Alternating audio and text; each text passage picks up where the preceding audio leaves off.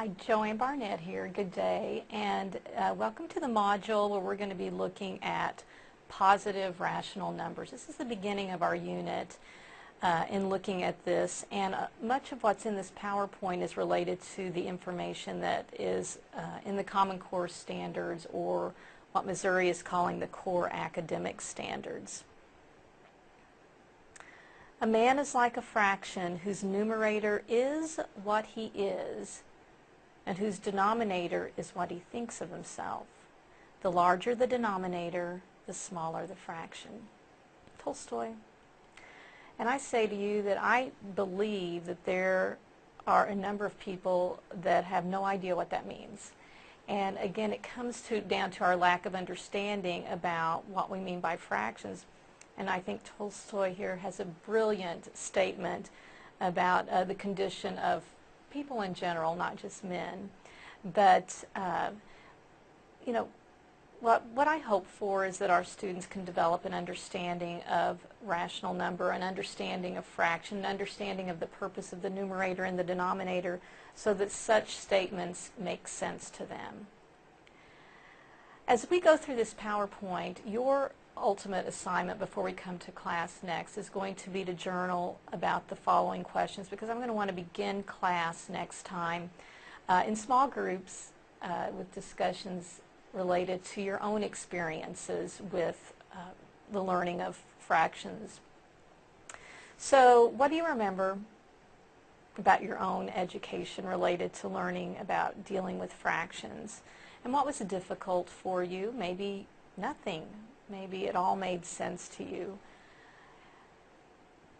And I'd like for you to think back on an activity that a teacher used to help you understand fractions, and perhaps the activity only used fractions. Maybe it didn't actually, wasn't for the purpose of helping you understand. But were any manipulatives ever used to help you understand fractions? I'm going to ask you to write about that before we come to class next. So be thinking. I think that as we go through some of these slides, it may jog your memory about some of the experiences you've had. Rational numbers constitute what is undoubtedly the most challenging number system of elementary and middle school mathematics. And I agree. I agree with this research statement because as a classroom teacher myself, every year when I started, one of the main concerns for me was, how am I going to teach fractions this year so they get it? And you know, it was constantly evolving. My lessons were in search of the manipulatives, the processes. What is it that's going to help students understand? But as we deal with rational numbers, dealing with fractions, fractions are numbers, and we're going to be thinking about that quite a bit through this this unit. Not that it's just naming a fractional part of a shape. Often when students think about, if they see a rectangle and it's divided up into 4 equal parts, and they see 1/4 of it, students literally think that that geometric shape of the 1/4 is what we mean by 1/4, and instead they're not thinking of it as the area of the shape, because area is a measurement, and a measurement is a number. And so fractions themselves represent numbers. They represent numbers on the number line, and we're going to do quite a bit of work with putting fractions where they belong on a number line. In order to understand where our rational numbers, fractions, fit, I'd like for you to first think about natural numbers. And whenever you ask students to count, they start with 1. Again, starting with 0 doesn't really make sense, because if there's nothing there, there's nothing to count. But when they start counting, it's 1, 2, 3, 4, 5, 6. That's our set of natural numbers, also called the counting numbers. And students come to school often with the ability to simply count, even though it may be just a memorization, or it could be It could be just that it's memorized and that they don't even understand that when they get to 10, that where they're talking about 10 items. They may not even understand that part. It could just be memorization. The set of natural numbers is where students begin in their study of number. And the next set of numbers that they talk about are the set of whole numbers. And the set of whole numbers contains all of the natural numbers. So it contains 1, 2, 3, 4, 5, 6, and so on. But it also contains 0. And the idea of 0 became important because of our Hindu-Arabic number system and the fact that we work with base 10. And when we write our numbers abstractly, we have place values. We have places, and every place has to have a digit in it. And sometimes when we're creating number, a particular place has no value, and we have to use 0 as that placeholder. And it's really because of the superiority of our number system that 0 is so important.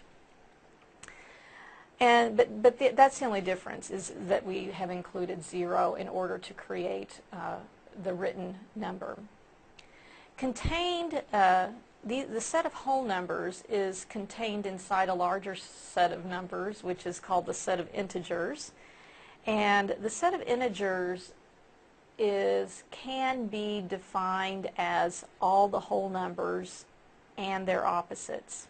So when we're thinking about a number line, again, because numbers can all be written on a number line, if we think about 0 at the center and all of your positive numbers out one direction and your negative numbers out the other, what we're talking about here is a number line where you can fold it at 0 and opposites will line up with each other. For instance, -5 lines up with +5.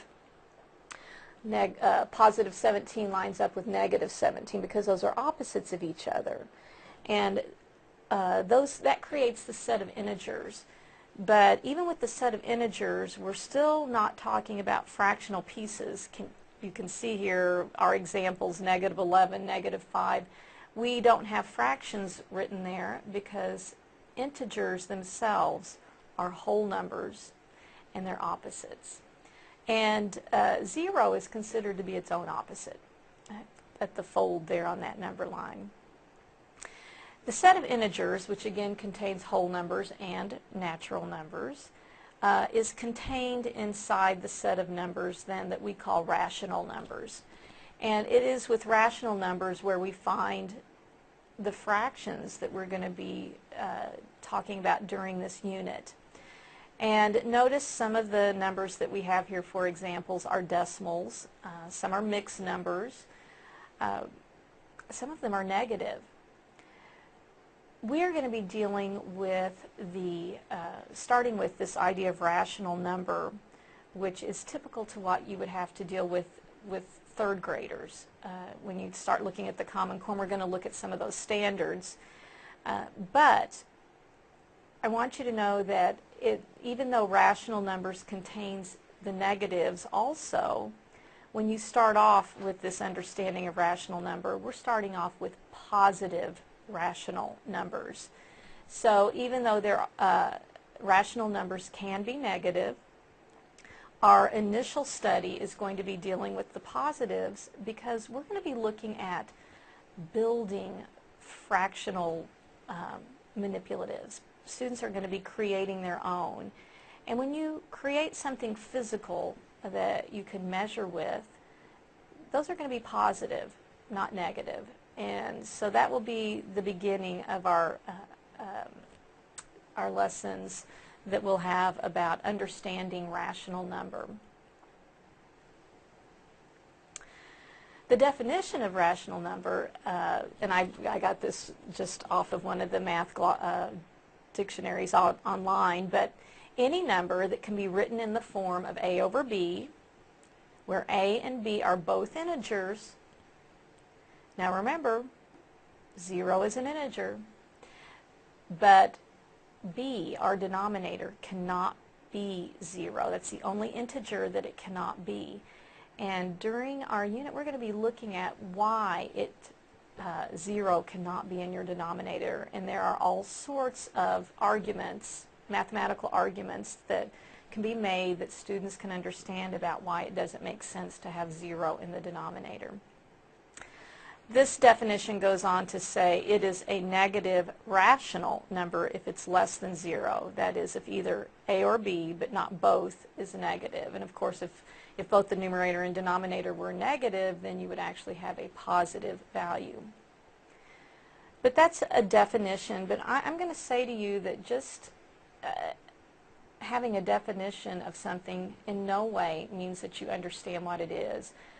Really, for any type of word, and this is true for adults also, that understanding requires actually constructing, working with, using them in a problem-solving situation, and seeing this idea of rational number in as many different situations as possible.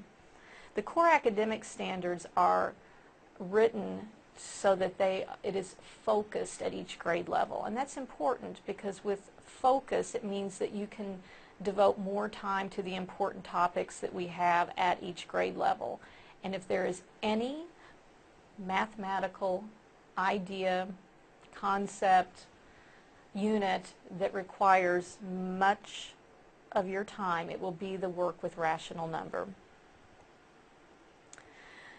From the book Adding It Up, they say that there are 3 issues to consider when developing proficiency with rational numbers. And one is that students will come to 3rd grade in particular with the idea already of what it means to share, have a fair share, or be making fair shares, or partitioning sets equally. They have this sense already, and we'll see that it is actually one of the earlier core academic standards for students, I believe in 1st grade. But they already have this idea of what's fair, and equal amounts are fair. Unfortunately, developing this proficiency with rational numbers does not all happen magically at the same time for all of your students. It is one of those concepts that will take much more time for some of your students, and therein lies a lot of where a teacher will spend her energy, is thinking about, okay, how am I going to deal with the students who don't get it yet? And what am I going to do for the students who have this? And how am I going to make their understanding of rational numbers deeper and more meaningful? Not just more problems, not just a worksheet with 50 problems instead of 20. I mean, this is where a teacher's own deep understanding of rational number is going to be necessary as you deal with those students who understand and those students who don't understand. And yes, teachers, it does take a lot of time to learn about fractions, and it takes a lot of thinking on your part ahead of time to make this understanding of rational numbers make sense, that it can happen for your students and that you hear those, I get it. So those are 3 issues to consider. An informal understanding of rational number, which is built mostly through the notion of sharing, is a good starting point for instruction. The notion of sharing quantities and comparing sizes of shares can provide an entry that takes students into the world of rational number. So again, this informal notion of sharing is going to come into play as we start working with a rational number. And actually, the idea of this sharing even helps as they're developing notions of equivalencies. For instance, if they say, well, 2 pizzas will feed 5 students, how many pizzas are we going to need to feed 10 students or 15 students? And so, again, fair share leads into some of those other concepts that we need students to understand in order to be successful with rational number. It is possible for students to have good number sense for whole numbers, but when it comes to fractions, just shaking their head and not getting it. And I'm going to show you a couple of examples here of students who obviously have a really great understanding for the processes we use when we're working with whole numbers, and then for some reason, because they don't really understand fractions, they're willing to do what doesn't make sense. And we'll look at those. This problem, 12/13 plus 7/8, it's not a good problem as far as computing to get an exact answer, but it is a good problem to think about if you're wanting them to estimate an answer to this. So 12/13 plus 7/8, you think, what do you think a good estimate would be for this answer? What'd you do? Did you come up with a little less than 2?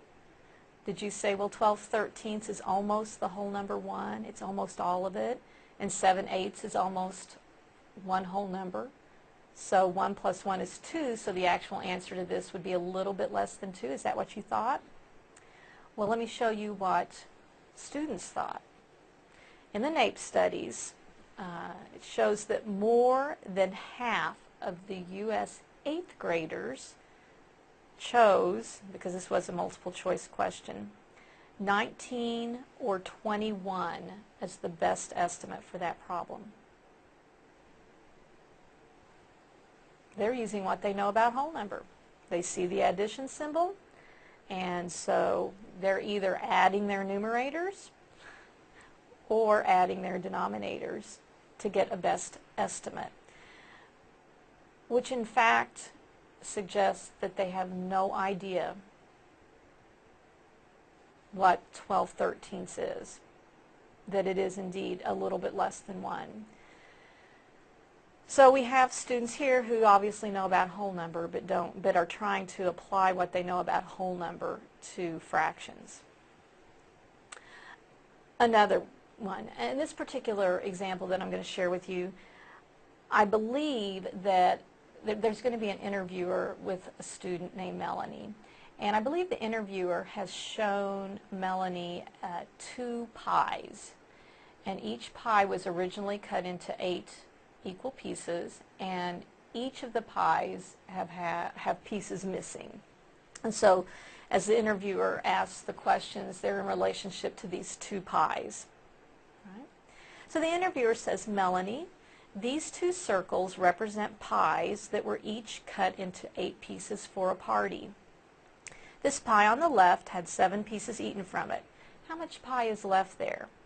And Melanie, correctly, says 1/8, and she even knows how to write it abstractly, 1/8. Then the interviewer says, the pie on the right had 3 pieces eaten from it.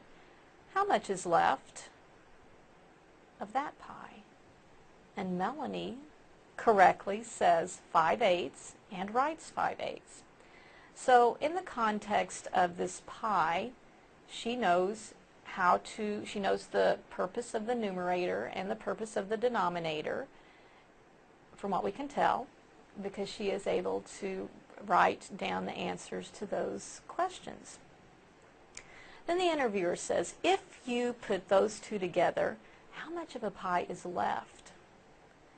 And Melanie, still correct I might add, says 6/8, and she writes 6/8. So 1/8 plus 5/8 is 6/8. Good job, Melanie. Next question. Interviewer, could you write a number sentence to show what you just did? So Melanie writes 1/8 plus 5/8 equals 6/16.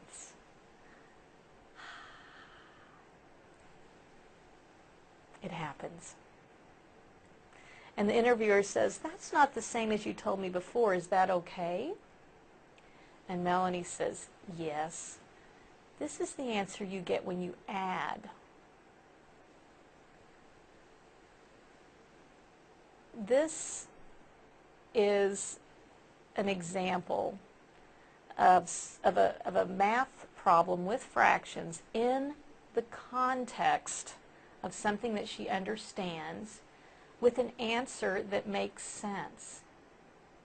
When she is asked to write the number sentence using the abstract number, she is willing to give up what makes sense and rely on what she knows previously about adding with whole numbers to get an answer that is wrong, but she's okay with that because that's what you do when you add. So that is disturbing in that we have the concrete part of the problem that makes sense, and then she has the abstract, which she's willing to say that answer is correct because this is what you do when you have the abstract part of the problem. And somehow what we have is something missing between those two that will bridge that. And what we're suggesting here, and I think what the Common Core is suggesting, is that the pictorial representation between the concrete manipulatives and the abstract, it's the pictorial representation that's missing. And the most sophisticated form of the pictorial representation in this case is going to be our number line. So we're going to spend quite a bit of time in this unit looking at how we can use the number line as a bridge between the concrete and the abstract. Bill McCallum, who is one of the authors of the Common Core and certainly working with the progressions documents, that when you are a classroom teacher you're going to find these very valuable. But he says working with fractions is where students often give up trying to understand and resort instead to rules. This lack of understanding is then translated into other difficulties with fraction computation, decimal and percent concepts, the use of fractions in measurement, and ratio and proportion concepts. And actually, John Van de Waal says the same thing. And John Van de Waal also continues to say there's substantial evidence to suggest that the use of models in fraction tasks is important. Models often help students clarify ideas that are often confused in a purely symbolic mode. And sometimes it's useful to do the same activity with two quite different models from the viewpoint of the student. So we'll be using area models, length models, set models, and again the most sophisticated form of a linear or length model is our number line, and I believe it has not been a very well used model in the instruction of fractions because again teachers often use area models and use our geometric shapes and forget about the placement of the numbers on the number line. And so we're going to spend quite a bit of time thinking about fractions that way, and I really believe that that will help you in your understanding of fractions. The third grade core academic standard says, understand a fraction, 1 over b, as the quantity formed by one part when a whole is partitioned into b equal parts. Understand a fraction a over b as the quantity formed by a parts of size 1 over b. When you read this, and this is a document for teachers, this is from the core standards, this document is for teachers, and teachers have to be able to understand what this is saying, even with the algebraic symbols that are in here. We can't be afraid of those. We have to be sure that we have a thorough understanding because our lessons will be developed from these academic standards. I do want you to know, and I mentioned it a little bit earlier, that there is groundwork already in place for students to understand the work that you're going to be doing with fractions. For instance, in grade 1, partition and describe 2 and 4 equal shares of circles and rectangles. Recognize that decomposing into more equal shares created similar figures. And that's a grade 1. But it's still, they are working with the idea of partitioning something that we consider one whole unit into equal parts. Grade 2, they have to partition and describe 2, 3, or 4 equal shares of circles and rectangles.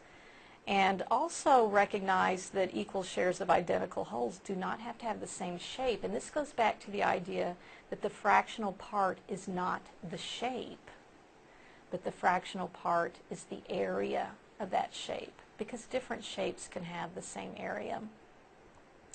Grade 3, core academic standards for fractions, and this is the idea of how it progresses from one grade level to the next. It says developing understanding of fractions, especially unit fractions, and we'll be working quite a bit with that. Grade 4, developing an understanding of fraction equivalence, addition and subtraction of fractions with like denominators, and multiplication of fractions by whole numbers. That's grade 4. And what is, I think, hopeful for me to think about is how limited this may seem to someone, but how this is going to be something that you as a teacher can take time in your classroom for your students to develop a deep understanding. And it's going to, each grade level, each teacher at every grade level must be certain that they are going to teach each of these in such a way that their students leave with that understanding, because the next grade level is going to take what they know and move on. And that is how the core academic standards are designed. There's not reteaching going on. It is know this and we're taking you further. Grade 5, develop fluency. Fluency with addition and subtraction of fractions. And an understanding of multiplication of fractions and division in limited cases. And they're saying here that unit fractions divided by whole numbers and whole numbers divided by unit fractions, which is very specific. But again, it's the idea of being able to show them what we mean by division in very specific cases. And typically, again, still with the idea that it's a sharing or a measurement idea of division. Grade 6 is where the use of fractions is going to be taken into some of the other strands or domains, connecting ratio and rate, and completing the understanding of division of fractions and extending to rational numbers, so that here in 6th grade they will begin using negatives and speaking of all of rational number and not just positive rational number. So I wanted you to see more closely what it says in grade 3, because it is so specific about what students are to learn. The first part, actually it's under the heading of developing understanding of fractions as numbers, and that 1 over b is the quantity formed by one part when a whole is partitioned into b equal parts. Understand the fraction a over b is the quantity formed by a parts of size 1 over b. We'll be doing this in our next module where we are folding fraction strips. And in the module after that where we're placing numbers on number lines. 3rd grade students have to understand a fraction as a number on the number line and be able to understand that the interval from 0 to 1, which is our whole unit, can be partitioned into b equal parts, and that each of those parts has a size of 1 over b.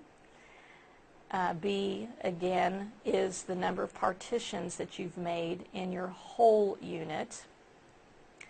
And that the endpoint of the part based at 0 locates the number 1 over b on the number line. So when you find 1 over b on the number line, it doesn't mean it's just 1 over b. It means it's measuring an actual distance from 0 to that point. And then also they'll be representing a over b as continued copies of 1 over b. And that each of those measurements on the number line, a over b, is all related to what 1 over b is. They're all created by making copies of that, and we'll do that with our number lines in this unit.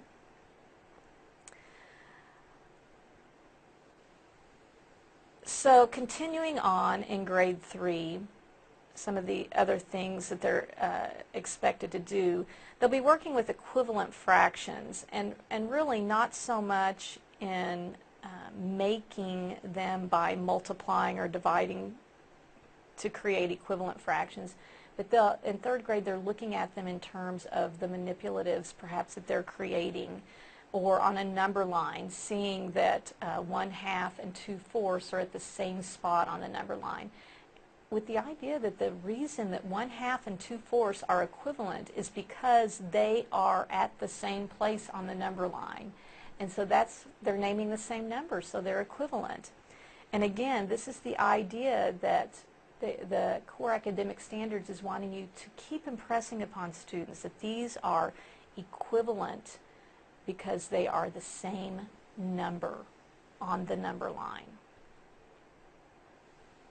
They'll also in grade 3 be asked to compare fractions, and not by finding a common denominator, but by looking at comparing fractions in terms of benchmark fractions. Are they more than 1/2, less than 1/2? And also if they have the same numerator. They'll be asking students to compare 3/5 and 3/4 because they are 3 of 2 different sized pieces, and so they're asking them to think about it in terms of what makes sense due to the size that you're talking about. And of course, in all of these, students are having to think about what the whole unit is, because it's vitally important that students understand you can only compare fractions if each fraction has the same whole unit that we're comparing. Students should actually always demand to know that, by the way, when we're talking about fractions. Is the whole unit the same? Are we comparing parts of the same whole? So throughout our unit on working with fractions, please consider the mathematical practices, and think as I prepare lessons for you to help you have a deeper understanding of rational number, think about how these mathematical practices here are coming into play.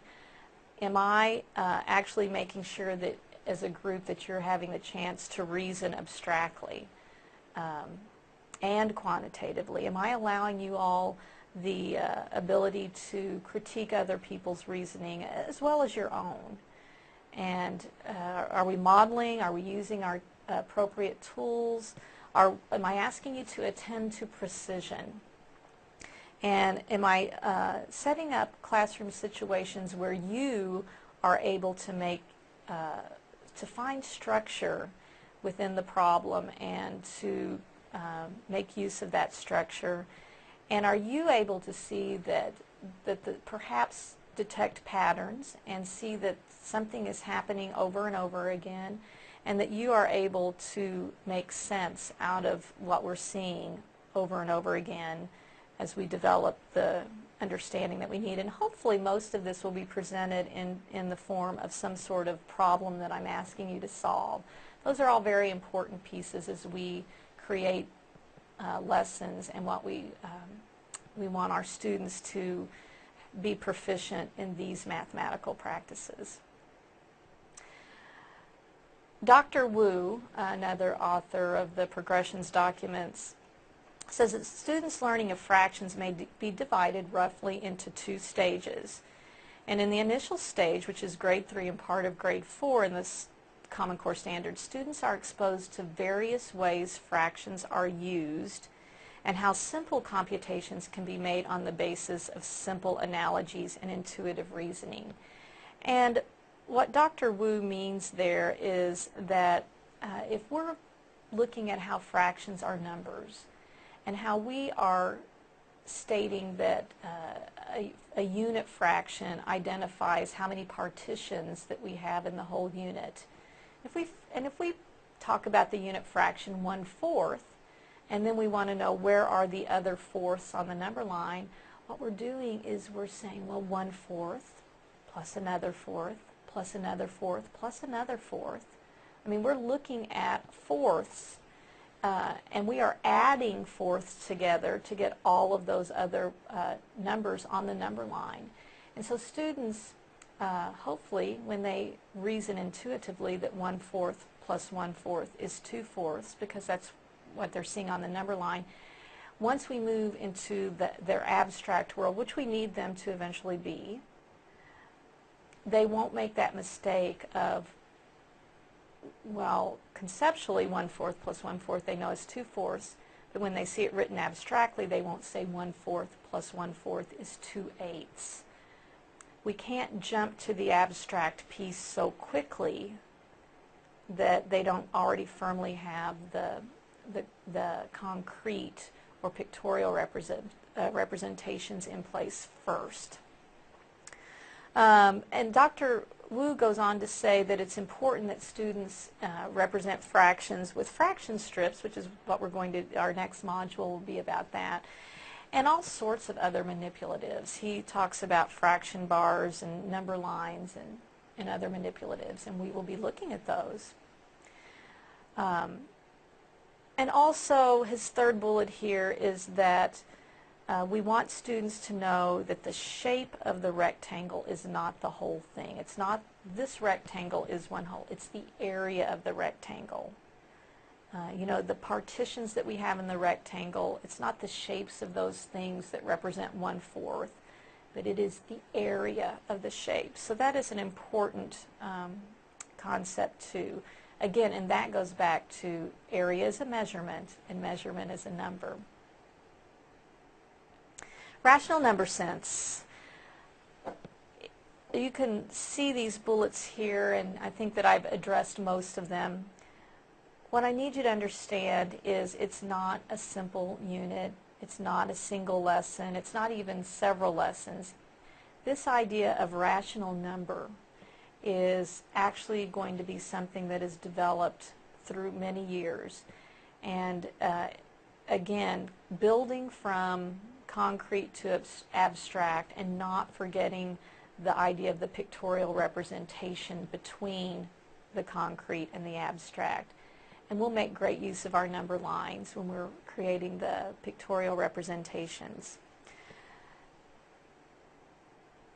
Again, your assignment is to think about your own experiences with rational number, some things that you remember that perhaps teachers did to help you understand rational number.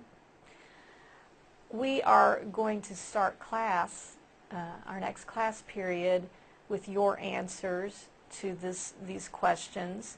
So dig deeply, think about it. If you have children of your own, you might be asking them about what's going on with fractions with them. It's just good to hear what's going on. Ultimately, when students read this quote from Tolstoy, the idea of the denominator being what he thinks of himself, and the larger the denominator, the smaller the fraction, will make some kind of sense. I appreciate you viewing this module, and remember that when we come to class next time to have the answers to those questions, and we'll see you soon.